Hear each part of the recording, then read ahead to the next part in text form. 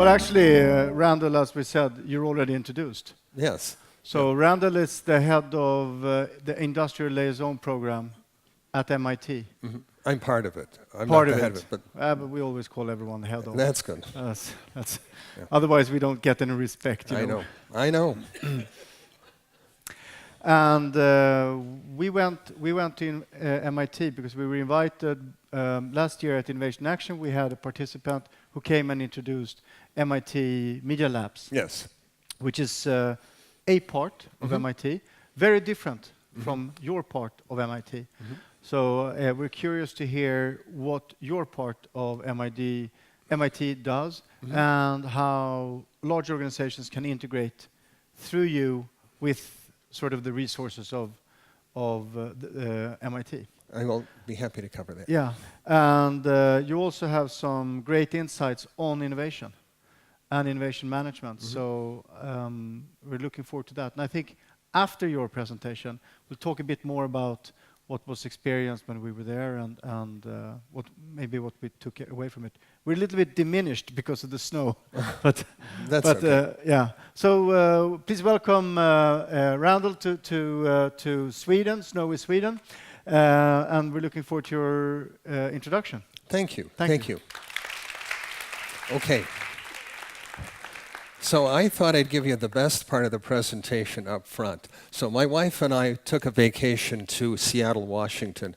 We're actually at a crank Whistler in Canada. And so we went to Seattle. And what I wanted to show you was that there's a public market that's in Seattle. And let's see, there we go. This is the Pikes Place Market. And they do crazy things like they throw fish and they do stuff like that. Here are some little munchkins who are busy looking at making cheese. And I wanted to ask, do you know what this is? Some people know what this is. It is chewing gum. It's actually the gum wall of Seattle, Washington. It's very extensive. And the tour guide, who was a very funny guy, said that the United Nations had determined that the gum wall was the second most unsanitary tourist attraction in the world after the Blarney Stone. So I thought you should see that when you're in Seattle, you want to take a look.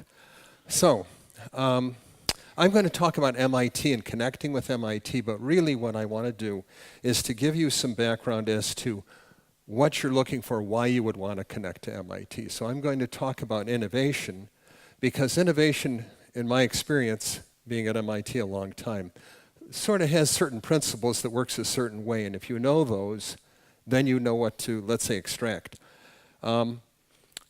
Florence, you know, if we were in the Renaissance, we would go to Florence because that's where all the great thinkers would be. And Giorgio di Santillana was a professor at MIT in the 1950s. He wrote a book that was called The Age of Adventure, and it dealt with all of the Renaissance personalities. He opened his book by saying this: between 1450 and 1550, the New World is discovered. The actual circumference of the world is determined. It's the idea of a well-enclosed universe with the Earth at its center is put aside. 20,000 volumes come off the presses to replace handwriting, and the Reformation breaks out all over Europe. He said any one of those would have taxed the capacity of the people at the time to adjust. And what I would suggest here is I think we're in a similar time where we have to be looking at new developments and to be in the place where those developments are occurring. This is the Academy of Athens that's in the Vatican that was painted, I think, by Raphael. What was interesting that he did is he put into the picture everybody throughout history. So these are not contemporary figures with one another.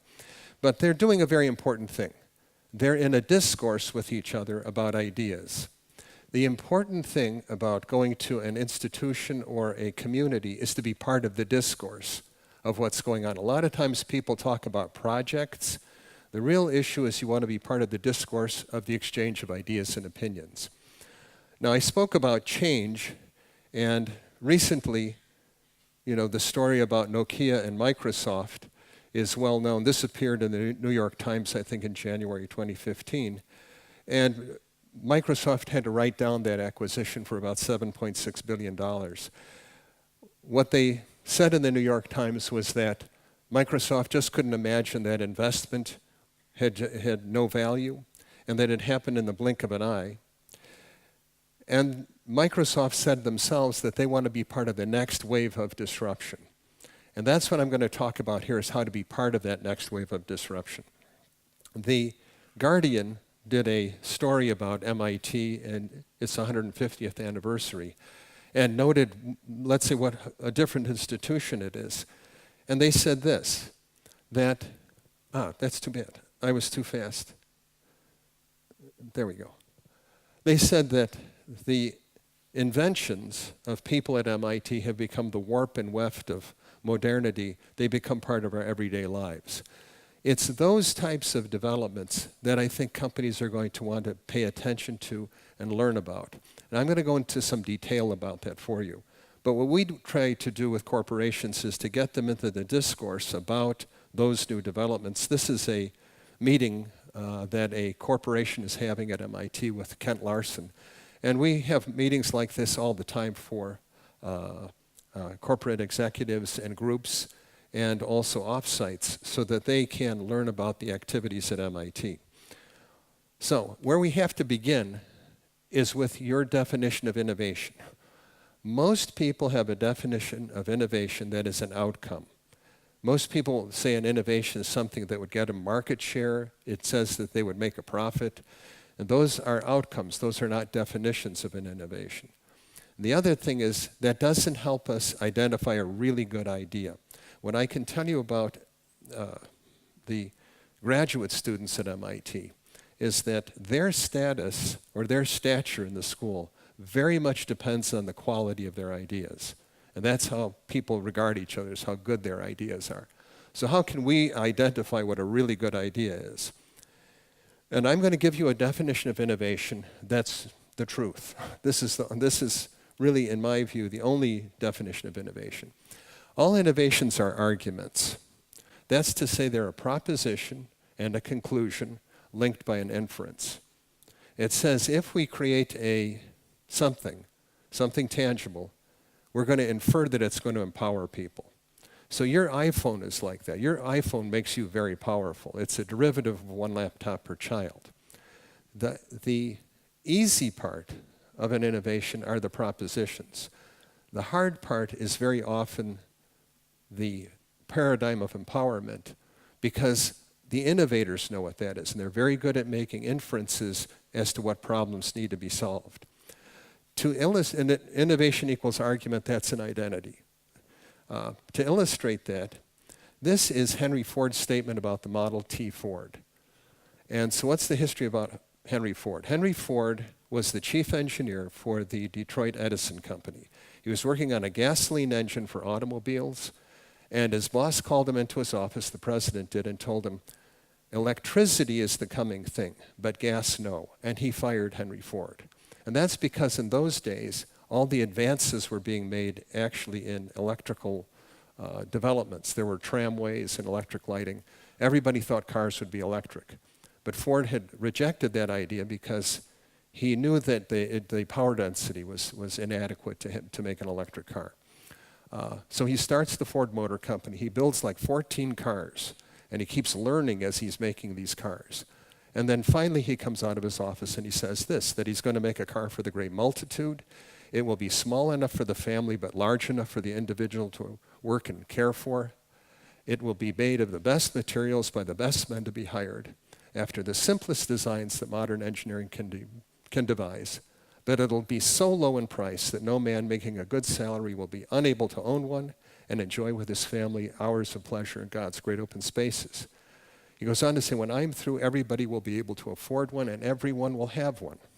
The horse will disappear from our highways, and we will give a large number of men employment at good wages. There's a reason why I read that, because that's a very important argument for the Model T Ford.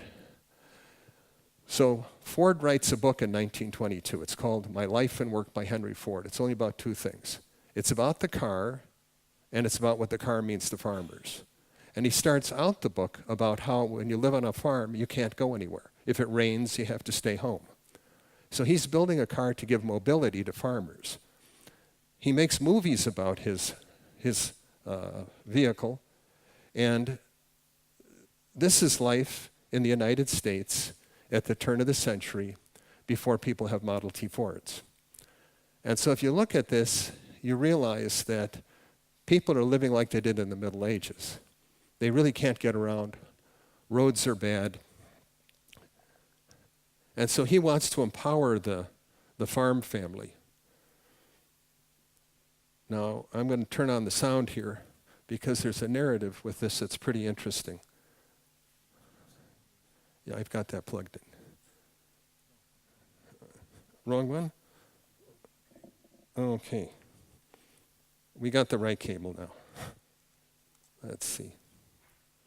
Find that going somewhere in a car was probably 10 times faster than going by horse or buggy, which is what they were accustomed to before.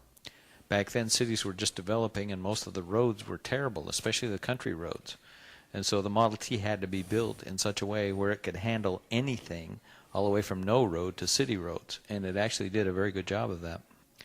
Most of the country roads were mud roads or dirt roads, and in the city there was no snow plows. If it flooded, you had to ford it, and so you just had to deal with all the stuff, and the Model T was miraculous at being able to handle almost any road condition you could imagine.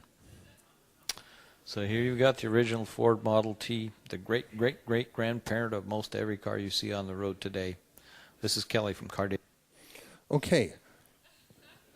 So, well, no, I know you're applauding Henry, so, okay. But what's the outcome of that development? In the 1970s, a couple of economists made a comparison of the largest companies in 1909 versus 1977. They ranked them on assets, on production capability. The way to read this is you'll see Standard Oil is ranked, I think, or U.S. Steel is number 1 in 1909. It falls to 14 in 1977. Basically, what's happened is this. Everybody who's in the top 10 is in the automobile business, even IBM. Their biggest customers are Ford, General Motors, companies like that. So this is a major, major, major development that has occurred through the economy. More recently, if we look, Apple has put out ads that are about the paradigm of an iPhone. So I'm going to show you an ad. It isn't about what it does, how it works. It's not how to use it. It's about what it means to people.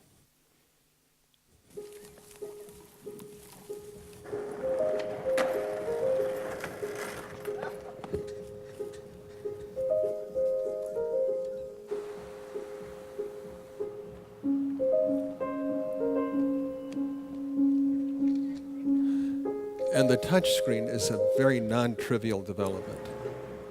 There are theses written at MIT about why people wanted to handle data.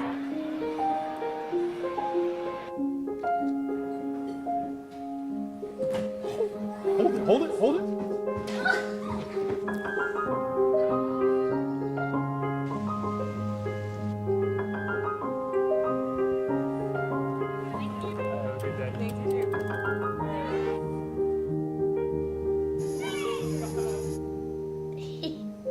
Every day, more photos are taken with the iPhone than any other camera. So that's what the phone means to people. It's not just about the invention. If we make a comparison today about the largest companies, it turns out we can't compare them on assets anymore. We have to use market capitalization. About 30 years ago, Lester Thoreau, who was an economist at MIT, had said, in 1500 you would have measured wealth as gold. He said in the Industrial Revolution you measure wealth as production capacity of assets. He said increasingly we will measure wealth as the ability to control information. So all of these firms that are Apple, Google, Microsoft have the ability to control information. That's a very important development that is affecting industry. You'll see that today in a lot of the work of people like Marshall Van Alstyne, who's written about platforms. Platforms meaning like Amazon being a center for commerce. And we see that with automobile vehicles. Now it's their connectivity that matters more than the vehicles. You know, the vehicles don't have internet on them. The vehicles are on the internet. So, briefly, innovation arguments, propositions are the easy part because they're inventions. But conclusions are difficult. They're paradigms. They're how we will change people's lives. And the successful firms get the paradigms. That's what Steve Jobs had said. Innovation separates a leader from a follower. It's not about how much money you have. It's about the people you have, how you're led, and how much you get it. Now, innovations always occur in communities, and that's happened throughout history. That's true in the Renaissance. That was true in the scientific revolution. It's true in the Enlightenment. And it's also true among all other types of creative groups and subcultures. So it's true of musicians, it's magicians. They all have subcultures where innovation occurs. And that was true of the Homebrew Computer Club that founded Apple along with about 21 other companies. It was interesting what Steve Jobs had said about Intel. He said that Intel invented the microprocessor so it wouldn't have to make a new chip for everybody who wanted to make a calculator. They could just reprogram the chip. He said it took them a while before they realized they had a computer. But that was realized by people in the subculture, the counterculture of the Homebrew Computer Club. Now, one thing to say about this is the following. This is a graph of publications. And so this says how many times are publications cited. It turns out very few are cited many, many times. In fact, it's only 0.1%. We could put people's names at the bottom in any field and ask who's leading it. It turns out there are very few people leading. Now, I will say at MIT, if you want to be a faculty member, it's really tough. You have to be in the top 10th% or you can't stay there. You won't get tenure.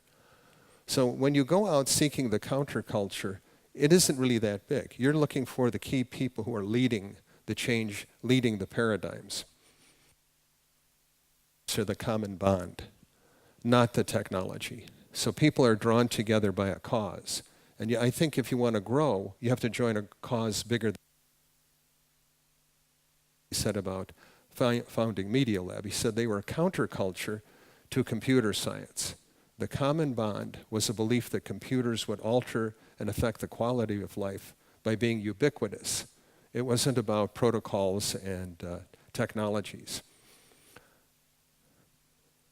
John Lennon had said that, it's like being in the eye of a hurricane. You'd wake up at a concert and think, wow, how did I get here? That's very much the kind of discussion that innovators do have, is that they feel like they're at the epicenter of something that's really changing. We can look at eyes of hurricanes. Communities of innovation form around these paradigms, the conclusions. And in fact, we could show you a picture of that from MIT. So this is a result of a study that a dean did at MIT. She asked all of her colleagues, do you work really in mobility? And it turns out these clusters show up with communication links between them. If you were to look at the names here, and I realize you can't do that, what you'd see is that they're from all over MIT. But they're bound around common themes. What we want to do with executives is put them into those discourses so they can understand the changes and the technologies. If we were to speed something like that up and look at it like a storm track, for an iPhone it would look like this. So these are all the arguments that spun up that led up into iPhone. So it's really a netbook that is a spin out from one laptop per child. One laptop per child is a digital convergence device. Digital convergence means that content, computing, and communication all merge onto one device. That comes from children's learning. In fact, I think in something like 2004 or 2009, the number one gift for children 2 years old in New York City were iPhones. But that doesn't come as a surprise because that development really came from programming for children. And if you put faces to this, this is what you'd see. These are the individuals who were part of the movement that go on to create something like an iPhone. They're not the only people, but they're people we can identify. But they're always small groups we want to find. So as corporations are members of the Industrial Liaison Program, we want to get them into these streams of thought so that they can see and anticipate and decide how they're going to be part of a larger world. I'm going to end with a comment from Steve Jobs that is also a theme of a paper. He's talking about the doers being the major thinkers. It's, when people talk about ideas, at MIT you can't have an idea, you have to build it. Nobody wants to talk to you unless you built it and can demonstrate it. That's why at Media Lab they would talk about demo or die. They want to see a demonstration. They do not want to just hear about it, so you have to build it. And the reason that's so important is because the people who build it actually know where it's going, and they know what problems have to be solved. So here's what Steve had to say. I've seen a lot of people make a lot of things. I've seen a lot of people fail a lot of things. And my point of view on this, or my observation, is that the doers are the major thinkers. The people that really create the things that change this industry are both the thinker-doer in one person. And if we really go back and we examine, did Leonardo have a guy off to the side that was thinking 5 years out in the future what he would paint or the technology he would use to paint it? Of course not. Leonardo was the artist, but he also mixed all his own paints. He also was a fairly good chemist, knew about pigments, knew about human anatomy, and combining all of those skills together, the art and the science, the thinking and the doing, was what resulted in the exceptional result. And there is no difference in our industry. The people that have really made the contributions have been the thinkers and the doers. And when you a lot of people, of course, it's very easy to take credit for the thinking. The doing is more concrete, but it's very easy for somebody to say, oh, I thought of this 3 years ago. But usually when you dig a little deeper, you find that the people that really did it were also the people that really worked through the hard intellectual problems as well.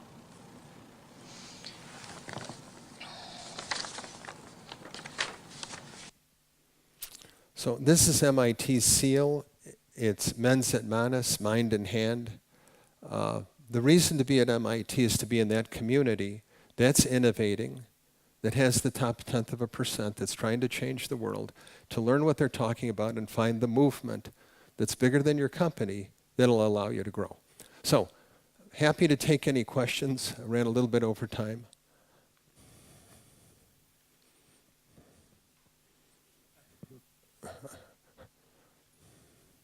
Thoughts, questions? Well, we heard Steve Jobs here in the end. Does everybody hear? We heard Steve Jobs here in the end talking about that it's the thinker and the doer. Mm-hmm. What in your mind is it possible to actually combine in organizations? Because You're right. finding those Leonardos is like a one in, I don't know, you might know the math better. Is it possible to combine a thinker-doer in a virtual team and kind of combining them into? There's a paper I wrote that was called based on what he said. And my observation that I would make with companies that's a real issue is that they separate thinking from doing. Okay, and the companies that I've seen that did much better usually have people who are like a CTO that leads a team that goes out and talks to the outside world. But they sit on the strategy boards. So they are able to inject that thinking and doing into the business situation. Business books are really scant on this. For example, if you were to read Profit from the Core that was written by Bain, it's published by Harvard, it's like a very important book to people in business strategy. They talk about pitfalls of not recognizing market adjacencies, and they talk about Polaroid. And they say, well, what Polaroid didn't get is that the world for digital imaging was changing and they didn't move into it. Well, the reality is that's really not what happened. What really happened was that, I put my iPhone down, they would have had to turn into Apple.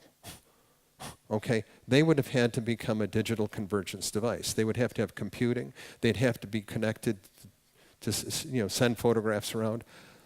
So that the analysis that's been provided by those consultants is really inadequate. They're missing the point. A point that I would make here is that to have a strategy, you got to have three pieces.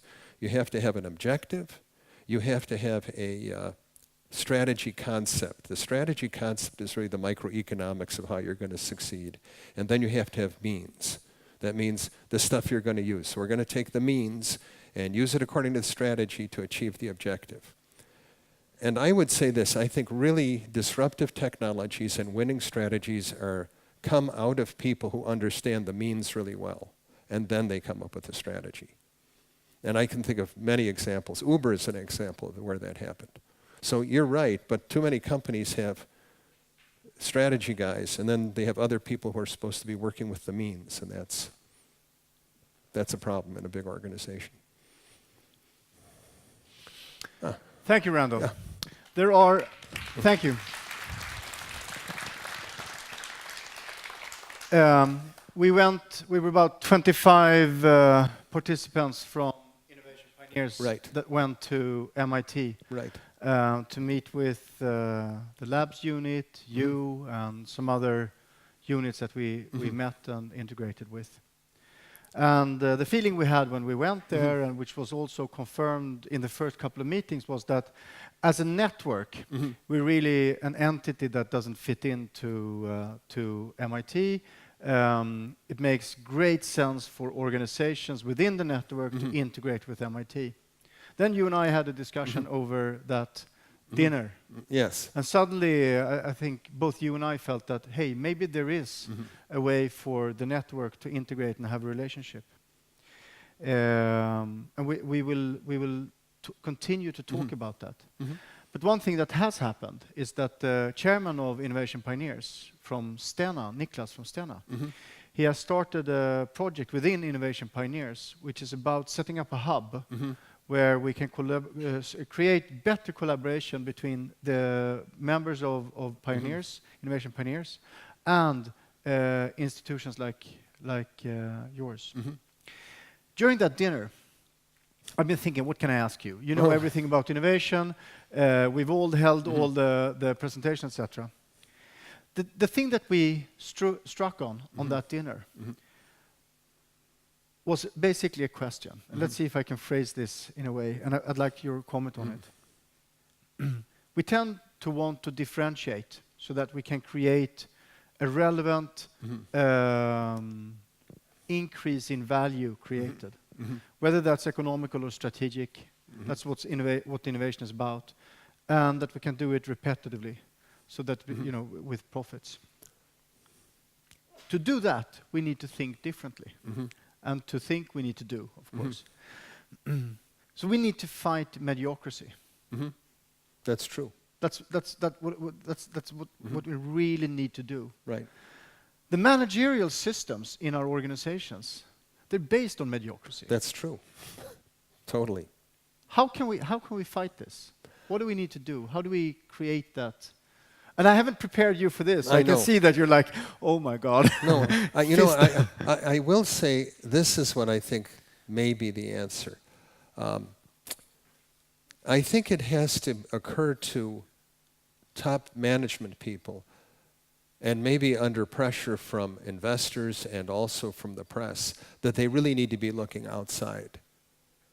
And I think that's what they don't do. To fight mediocrity, they have to be willing to start looking at the outside world. Because innovation isn't about the company, it's about people outside them. They'd have to reach that conclusion. Now, maybe some articles in Harvard Business Review would be a good beginning, because a lot of times that's a beginning. But I think that message has to get across to corporate executives and investors. So looking is one thing. Right. Connecting and doing is the next thing. Right. So looking, thinking, connecting and doing, right? And I think a lot of what we've done here at Innovation Action today is to look at Right. how can we integrate better. Right. So do you have any examples of organizations that have integrated in a successful way or in a failing way with, for instance, MIT ILP? Yeah, I mean, what we do is we don't talk about companies personally, in public. The ones that I've seen succeed are the ones who are organized with a senior executive who has a lot of humility. It's very important to have a lot of humility to be willing to listen to anybody and then take that knowledge and thinking back into the company. So that's one piece. The companies that don't do well are companies that are run by some guy who has to be the smartest guy in the room. Then they don't listen to what other people outside the world are saying. What kinds of companies have difficulties? I would say there are two types of companies that have difficulties. One are engineering companies, and the other is companies with strong brands. Okay. Now, the reason those two have difficulty is because a lot of times engineering companies succeed because they have a skill set they're really proud of. And that's what they focus on. And everything else is sort of ancillary or peripheral to that. And so they feel very challenged when somebody starts talking about something that isn't what they do. And they're very much not invented here at times. And an engineering company is a company that, to them, innovation is a performance improvement. That's usually how they see it. People with brands, it's sort of funny. If I were to talk to people from big branded companies and to tell them, if you go out to the public and say, who makes this toothpaste? Most people have no idea who makes it, right? But these guys will say, but we're in every medicine cabinet in America, so we're like really important. It's like Kodak. Kodak had flags all over the world, that they were everywhere. And so they get the feeling that they're really, really important. And what they think is the community should work for them, that they're the visionaries and the community should follow them. And they don't really realize that what they have to really do is find the counterculture that's going to create the change and become part of that larger movement. So those are the two types of companies that have the biggest challenges, I think. Thank you. Yeah.